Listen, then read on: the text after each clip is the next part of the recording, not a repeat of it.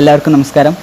ഇന്ന് നമ്മൾ എത്ര ചെറിയ ബിസിനസ് ആയിക്കോട്ടെ അല്ലെങ്കിൽ എത്ര വലിയ ബിസിനസ് ആയിക്കോട്ടെ അല്ലെങ്കിൽ നമ്മൾ ഒരു വീട് വെക്കുക, അങ്ങനെ എന്ത് സംരംഭമായാലും നമുക്ക് എന്ത് കാര്യത്തിലായാലും നമ്മൾ ശ്രദ്ധിക്കേണ്ട കുറച്ച് കാര്യങ്ങൾ, നമ്മൾ ലൈഫിൽ അറിഞ്ഞിരിക്കേണ്ട കുറച്ച് കാര്യങ്ങളാണ് നമ്മൾ ആദ്യം ഒരു ബിസിനസ്സിൻ്റെ ചവിട്ടുപടി ആദ്യം വാങ്ങുന്നത് ഒരു പ്രോപ്പർട്ടിയാണ്. നമ്മൾ ആദ്യം വാങ്ങുന്നത് ഈ പ്രോപ്പർട്ടി വാങ്ങുമ്പോൾ നമ്മൾ കുറേ ആൾക്കാർ ശ്രദ്ധിക്കാതെ പോകുന്ന ഒരു കാര്യമുണ്ട്. അതായത് ഇതിൻ്റെ മുന്നേ ആധാരങ്ങളുണ്ടാവും, അതാരും വാങ്ങലില്ല. അതായത് അവരോട് ചിലപ്പോൾ ചോദിക്കുമ്പോൾ അവർ പറയുന്നത് എന്താ വെച്ചാൽ മുന്നേ ആധാരം കളഞ്ഞു പോയി, അങ്ങനെ എന്തെങ്കിലുമൊക്കെ പറയും. പക്ഷെ ചിലപ്പോൾ അത് വലിയ കുഴപ്പമില്ലാതെ പോകും. പക്ഷേ എന്തെങ്കിലും ഈ സ്ഥലത്തിൻ്റെ ഈ ഓണറിൻ്റെ പേരിലല്ലാതെ അതിന് മുമ്പത്തെ ഒരു ഓണറിൻ്റെ പേരിൽ ഈ സ്ഥലത്തിൻ്റെ എന്തെങ്കിലും കേസ് ഉണ്ടെങ്കിൽ ചിലപ്പോൾ നമുക്ക് ആ സ്ഥലം കിട്ടില്ല, ആ പൈസയും കിട്ടില്ല, അങ്ങനെ ആവും. അതുകൊണ്ട് നമ്മളൊരു പ്രോപ്പർ മേടിച്ചുമ്പോൾ അതിന് മുന്നേ ആധാരം, അതിന് എന്തൊക്കെ ഡോക്യുമെൻറ്റ്സ്, അതിൻ്റെ കേസ്, അതൊക്കെ നമ്മൾ അറിഞ്ഞിരിക്കണം. അതൊക്കെ ഡീപ്പായിട്ട് നമുക്ക് അന്വേഷിക്കാം. പിന്നെ പറയാനുള്ളത് കൺസ്യൂമർ ഓൾസോ കിങ്സ്. അതായത് ഒരു ഉപഭോക്താവ് നമ്മുടെ ഒരു പർച്ചേസ് ചെയ്യുമ്പോൾ അവർക്ക് ബില്ല് മസ്റ്റായിട്ട് കൊടുക്കുക. അതായത് ബില്ല് കൊടുത്തില്ലെങ്കിൽ ചിലപ്പോൾ എവിടെയെങ്കിലുമൊക്കെ കറക്ഷൻ ഉണ്ടെങ്കിൽ, എത്ര ചെറിയതായിക്കോട്ടെ, ചെറിയ കറക്ഷൻസ് അങ്ങനെ എന്തെങ്കിലുമൊക്കെ ഉണ്ടെങ്കിൽ ചിലപ്പം അത് തിരിച്ചടിക്കാനുള്ള വളരെയധികം സാധ്യത ഉണ്ട്. ചിലപ്പം കുറേ ആൾക്കാർ ബില്ല് കൊടുക്കാതെ അങ്ങനെ നമ്മൾക്ക് തന്നെ അത് തിരിച്ചടി ആവാനുള്ള സാധ്യത. അതുകൊണ്ട് എല്ലാവർക്കും ബില്ല് കൊടുക്കുക. പിന്നെ ആരെയും പറ്റിച്ച് ചെയ്യാതിരിക്കുക. അതായത് ഒരാൾ പറ്റിച്ച് ചെയ്തിട്ട് നമുക്കൊന്നും നേടാനില്ല. ആരെങ്കിലും ചിലപ്പോൾ എന്തെങ്കിലുമൊക്കെ പരാതി കൊടുത്താൽ കൺസ്യൂമർ കോർട്ടിൽ, അതായത് ഉപഭോക്തൃ കോടതിയിൽ എന്തെങ്കിലും പേരിൽ നമുക്കെതിരെ കേസ് കൊടുത്താൽ നമ്മളെ ടൈമും വേസ്റ്റാവും, അവർക്ക് നമുക്ക് പൈസയും കൊടുക്കേണ്ടി വരും. പിന്നെ കോടതിയിലൊക്കെ പോയാൽ ഒരു ദിവസത്തെ കാര്യം, ഒരു ദിവസം ഒരു വക്കീൽ 3000 രൂപ വരെ ഫീസ്. അതുകൊണ്ട് കോടതിയിൽ പോവാം. കോടതിയിലൊന്നും അധികം ആര് വെറുപ്പിക്കാതെ കേസാക്കാതെ ജീവിക്കുക. പിന്നെ പറയാനുള്ളത് ഫസ്റ്റ് ഓഫീസും ലാപ്ടോപ്പും കാറും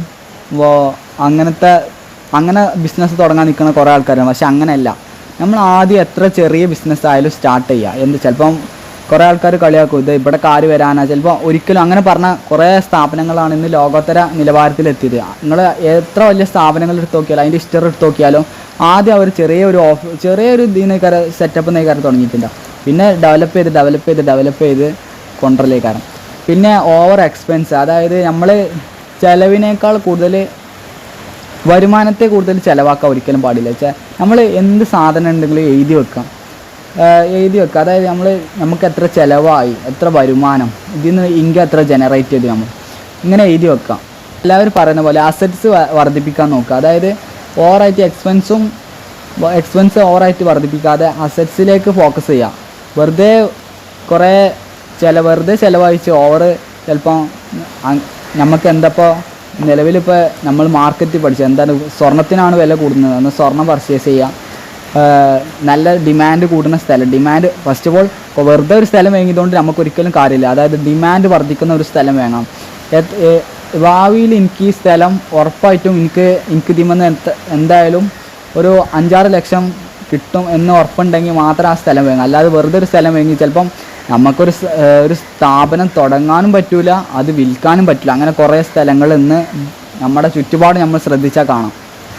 അങ്ങനെ കുറേ കുടുങ്ങിപ്പോയ കുറേ ആൾക്കാർ, ഒരു പെര കയറ്റാനും പറ്റില്ല, എന്നാൽ ഒരു സ്ഥാപനം തുടങ്ങാനും പറ്റില്ല, എന്നാൽ വിൽക്കാനും പറ്റില്ല, ഒരു ഫ്രീസായി കിടക്കുന്ന അവസ്ഥയ്ക്കാർ.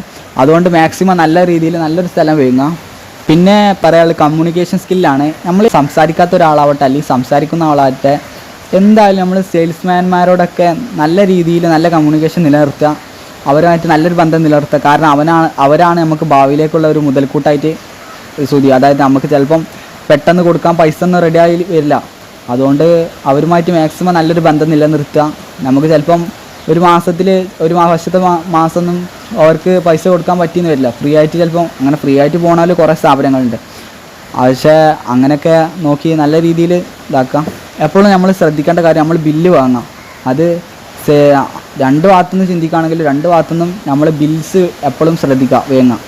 പിന്നെ നമ്മൾ ചിന്തിക്കേണ്ട കാര്യം, ഓരോ ദിവസവും നമുക്ക് എത്ര രൂപ ചിലവായി, എത്ര രൂപ ലഭിച്ചു, അത് നമ്മൾ വീക്കിലി ഈ ചില ദിവസങ്ങളിൽ നമുക്ക് ഈ ദിവസങ്ങളിൽ ഇത്ര വരുമാനം കൂടുതൽ കിട്ടുന്നുണ്ട്. അതുകൊണ്ട് ഈ ദിവസങ്ങളിൽ നമുക്ക് കൂടുതൽ സമയം കട തുറക്കേണ്ടതുണ്ട്. അതായത് അങ്ങനെയൊക്കെ ചിന്തിക്കുക. അതായത് ഈ മാസത്തിൽ ഈ ദിവസങ്ങളിൽ ഇത് കൂടുതൽ തുറന്നാൽ ഇത്ര ലാഭം കിട്ടും അങ്ങനെയൊക്കെ നമ്മൾ ചിന്തിച്ച് എല്ലാ രീതിയിലും നമുക്ക് എങ്ങനെയൊക്കെ ഇൻകം ജനറേറ്റ് ചെയ്യാൻ പറ്റും അങ്ങനെയൊക്കെ ഇൻകം ജനറേറ്റ് ചെയ്യാം. കാരണം നമുക്ക് എപ്പോഴും നമുക്കൊരു ഗ്രാഫ് മുകളിലേക്കാവില്ല, ചിലപ്പോൾ ഗ്രാഫ് അടിയിലേക്കാവും, ചിലപ്പോൾ മുകളിലേക്കാവും. അതുകൊണ്ട് എപ്പോഴും നമുക്കൊരു ഓവർ ഇൻകം ജനറേറ്റ് ചെയ്യാന്നുള്ളൊരു മിഥ്യാധാരണ അല്ല വേണ്ടത്. നമുക്ക് ഇപ്പം ചിലപ്പോൾ ചിലവരുടെ കയ്യിലിപ്പോൾ 4 ലക്ഷം 5 ലക്ഷമൊക്കെ ഇൻകം ജനറേറ്റ് ആയി വിചാരിച്ചാൽ അത് ചിലവാക്കാനുള്ളൊരു മനസ്സില്ല. അതായത് ഭാവിയിൽ നമുക്ക് ഇനി ഇതിൽ ഒരു ഡൗൺഫാൾ വരാം. അതുകൊണ്ട് തന്നെ നമുക്ക് ഈ പൈസകളൊക്കെ നഷ്ടപ്പെടാന്നുള്ളൊരു നഷ്ടപ്പെടാതിരിക്കട്ടെ, ചിലപ്പോൾ വന്നാൽ ബിസിനസ്സാണ് എന്തും സംഭവിക്കുക. അതുകൊണ്ട് നമുക്ക് ഭാവിയിലേക്കൊരു മുതൽക്കൂട്ടായിക്കാണ്ട് നമുക്കിത് എടുത്തേക്കാം, ബാങ്കിൽ ഡെപ്പോസിറ്റ് അങ്ങനെ എന്തെങ്കിലുമൊക്കെ ചെയ്യാം. പിന്നെ ഒരുപാട് സ്ഥാപനങ്ങൾ ഇന്ന് പേഴ്സണലി അറിയുന്ന കുറേ ആൾക്കാരുണ്ട്. അതായത് നമ്മൾ ഏറ്റവും കൂടുതൽ ഒരു സ്ഥാപനം പൊക്കിക്കെട്ടാൻ ഈ ഇന്ത്യയിൽ ഏറ്റവും കൂടുതൽ പണിയുള്ളത് കേരളത്തിലാണ്. അതായത് ഈ കടലാസുകൾ ശരിയാക്കിയാലും പാര വെക്കണ കുറേ ആൾക്കാരുണ്ട്. ഈ മലയാളികളുടെ പ്രത്യേകത എന്താ പറഞ്ഞാൽ, ഒരാൾക്ക് ഇപ്പോൾ ചികിത്സക്ക് പണം വേണം, അല്ലെങ്കിൽ ഒരാൾ ജയിലിലായി അങ്ങനെ എന്തെങ്കിലുമൊക്കെ വേണമെങ്കിൽ അയാൾക്ക് എത്ര രൂപ കൊടുക്കാൻ നമ്മൾ മടിക്കില്ല. അതായത് അങ്ങനെ കുറച്ച് ആൾക്കാർ. പിന്നെ ഒരാൾ വളർച്ച കണ്ട് അസൂയപ്പെട്ട് ചിലപ്പോൾ അയാളെ പാര വെക്കാനും മലയാളികൾ മടക്കില്ല. ഞാനടക്കമുള്ള മലയാളികളെ കാര്യം പറയണേ, ചിലപ്പോൾ നല്ലവർ കുറേ ഉണ്ടാവും, ചീത്ത ആൾക്കാരുണ്ടാവും. അതല്ല, ഞാൻ പൊതുവായിട്ട് പറഞ്ഞതാണ്. നമ്മളെ ചുറ്റുപാടൊന്ന് ചിലപ്പോൾ നമ്മളോട് ചിരിച്ച് നിന്ന് നമുക്കെതിരെ പാര വെക്കണ കുറേ ആൾക്കാരുണ്ടാവും. അതുകൊണ്ട് ആരും ഒരുപാടധികം ട്രസ്റ്റ് ചെയ്യാതിരിക്കുക. അപ്പോൾ ആ കാര്യം എല്ലാവരും ഒന്ന് ശ്രദ്ധിക്കുക. എല്ലാ കാര്യത്തിലും ആരും അധികം ട്രസ്റ്റ് ചെയ്യാതിരിക്കുക. പറഞ്ഞു വന്നത് എന്താ വെച്ചാൽ, ഒരു കള്ളാസ് നമ്മൾ ഒരു സ്ഥാപനം തുടങ്ങും, ഒരു കള്ളാസ് ശരിയാക്കണമെങ്കിൽ ഇവിടെ എന്താ വെച്ചാൽ നമ്മൾ പോകേണ്ട എത്രയോ സ്ഥലങ്ങളിലേക്ക് പോയിട്ടും ലാസ്റ്റ് എന്തൊക്കെ ചെയ്യാൻ ഇനിയിപ്പോൾ ചെറിയ തെറ്റ് ചെയ്ത് ഫൈൻ അടക്കാൻ പറഞ്ഞാലും ചില ഉദ്യോഗസ്ഥന്മാർ നമുക്ക് ഈ കള്ളാസ് ശരിയാക്കി തരില്ല. ഇത് നമ്മളെ ചുറ്റുപാടുള്ള നിങ്ങളെ കുടുംബത്തിലോ നിങ്ങളെ റിലേറ്റീവിലോ നിങ്ങളെ ഫ്രണ്ട്സിലോ ആർക്കെങ്കിലും സ്ഥാപനം ഉണ്ടെങ്കിൽ നിങ്ങൾക്ക് ഒന്ന് അന്വേഷിച്ചാൽ മതി. ഒരു സ്ഥാപനം തുടങ്ങണമെങ്കിൽ ഒരു കള്ളാസ് ശരിയാക്കണമെങ്കിൽ അതിൽ ഒരുപാട് ഇൻകറപ്ഷനും അവർ പറയാത്ത മുടന്ത നായങ്ങളൊക്കെ ഇക്കാരം അവർ പറയാറ്. അതായത് ചിലപ്പോൾ ചിലർക്ക് പൈസ ആവും ആവശ്യം, ചിലർക്ക് ഈഗോ ഇക്കാരം. അതായത് ഇവരെ സുഹൃത്തുക്കളെ കാരണം ഇതേപോലത്തെ മറ്റ് സ്ഥാപനങ്ങൾ അവിടെ റൺ ചെയ്യുന്നുണ്ടാവും. അതായത് ഇവർക്ക് ഈ സ്ഥാപനം പൊന്തിയാലുണ്ടാവുന്ന നഷ്ടവും ഡൗൺഫോൾ ആലോചിച്ച് അങ്ങനെ ചിന്തിക്കുന്ന അങ്ങനെ കുറേ സ്ഥാപനങ്ങളുണ്ട്. അതായത് ഒരേ വേവ് ലെങ്ത്തിൽ റൺ ചെയ്യുന്ന ഒരേ സ്ഥാപനങ്ങൾ, ഒരേ പ്രൊഡക്റ്റ് വിൽക്കുന്ന 2 സ്ഥാപനങ്ങളുണ്ടെങ്കിൽ അത് എന്തായാലും മറ്റാൾ പാര വെക്കാനുള്ള സാധ്യത ഒരാൾ പാര വെക്കാനുള്ള സാധ്യത വളരെ കൂടുതലാണ്. അതുകൊണ്ട് മാക്സിമം എല്ലാവരും ശ്രദ്ധിച്ച് കച്ചവടം ചെയ്യുക, പുതിയ ആശയങ്ങൾ കൊണ്ടുവരിക. അതായത് എന്തുകൊണ്ട് ഞാൻ ഒരു കടയിൽ കയറിയാൽ എന്തൊക്കെ വേങ്ങും, അതായത് ഈ കടയിൽ വേങ്ങിയാൽ ഞാൻ ഇങ്ങനെയൊക്കെ നല്ല ചിന്തിച്ച് അതിനെ വലുതായിട്ട് വലിയൊരു ലാർജ് സ്കെയിലിൽ തുടങ്ങാതെ ചെറിയ ലാർജ് സ്കെയിലിൽ തുടങ്ങി അങ്ങനെ ചെറിയ രീതിയിൽ മുമ്പോട്ട്, അതായത് വലിയ നഷ്ടങ്ങൾ നമുക്ക് ഒരിക്കലും നഷ്ടങ്ങൾ വരാതെ, അതായത് ലാഭം അധികം കിട്ടണമെന്നല്ല, നഷ്ടം വരാതിരിക്കുക എന്നുള്ള പ്രധാന ആശയം. അതുകൊണ്ട് നഷ്ടം വരാതെ അധികം ചെയ്യുക. പിന്നെ പൈസ വരുമ്പോൾ പൈസ നല്ല രീതിയിൽ യൂട്ടിലൈസ് ചെയ്യുക. അതായത് ഇപ്പോൾ നിങ്ങൾക്ക് പൈസ എങ്ങനെ യൂട്ടിലൈസ് ചെയ്യണം എന്നുള്ള കുറേ ക്ലാസ്സസൊക്കെ അവൈലബിൾ ആണ്. അതൊക്കെ ഒന്ന് കേൾക്കുക.